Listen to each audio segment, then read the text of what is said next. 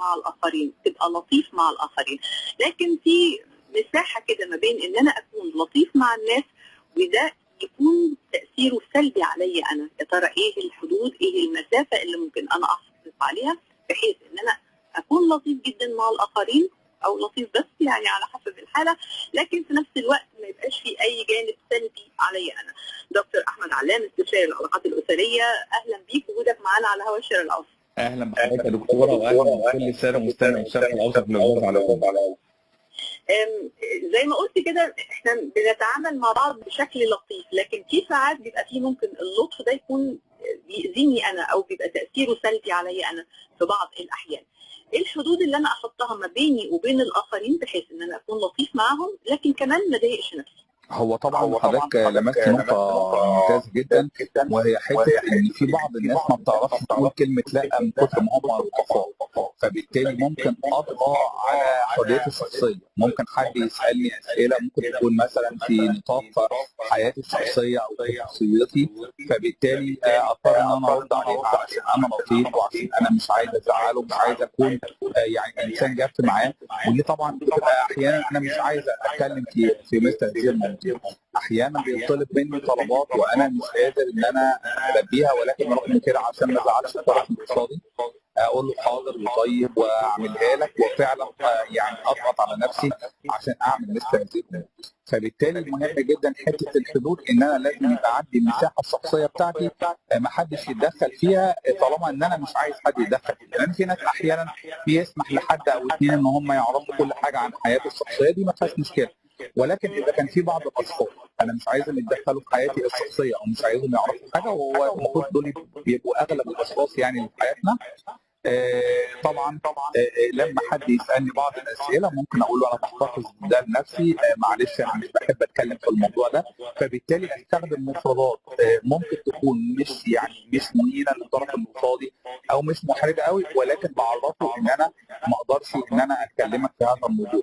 كمان امر اخر مهم دايما ان احنا يعني برضه نقولها للناس علشان يتعلموها في التعامل، هي حته ان انا لما اكون لطيف مع حد فيجي يسالني عن شيء شخصي مهم جدا اقلب الموضوع ليه هو واقول له طب وانت مثلا رايك ايه في الموضوع؟ طب انت كمان بتعمل ايه في النقطه الفلانيه؟ قول انت بتاخد كام مرتب؟ اقول له طب وانت مرتبك كام؟ فبالتالي هنا انا ابتديت ان انا احط حدود الاخر، او ان انا ما اخليش الموضوع يبقى موجود معايا انا عليا شخصي. ممكن ان انا اغير الموضوع وانتقل لامر اخر.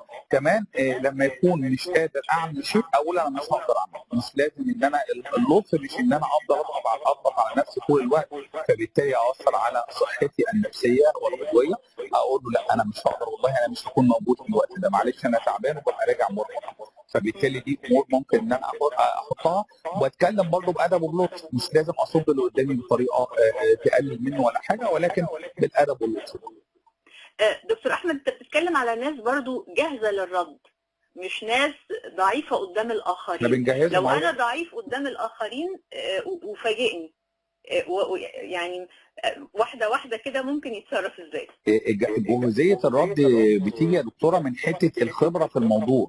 يعني انا لو اتحطيت في الموقف مره ويضايقني، تعالى تاني مره وجهز ردك للي هيحطك في الموقف ده.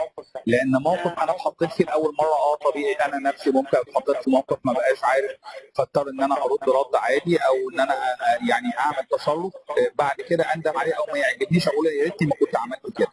طالما عرفت ان ده ضايقك وان انت مش عايز تعمله، جهز ردودك مع نفسك بعد كده ان انت هتقول الكلام ده لما يتعمل معاك.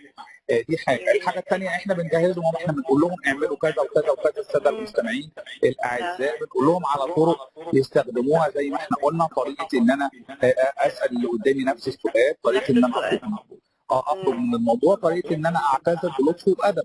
دي ابسط الامور. ولكن لو لقيت نفسي اتحطيت في امر، ابدا ان انا اجهز نفسي لما بعد ذلك، في ان انا ادرب نفسي كده مع نفسي شخصيا كده، وانا مش لازم يكون قدامي حد ولا حاجه، ان انا لما يحصل كذا هعمل كذا.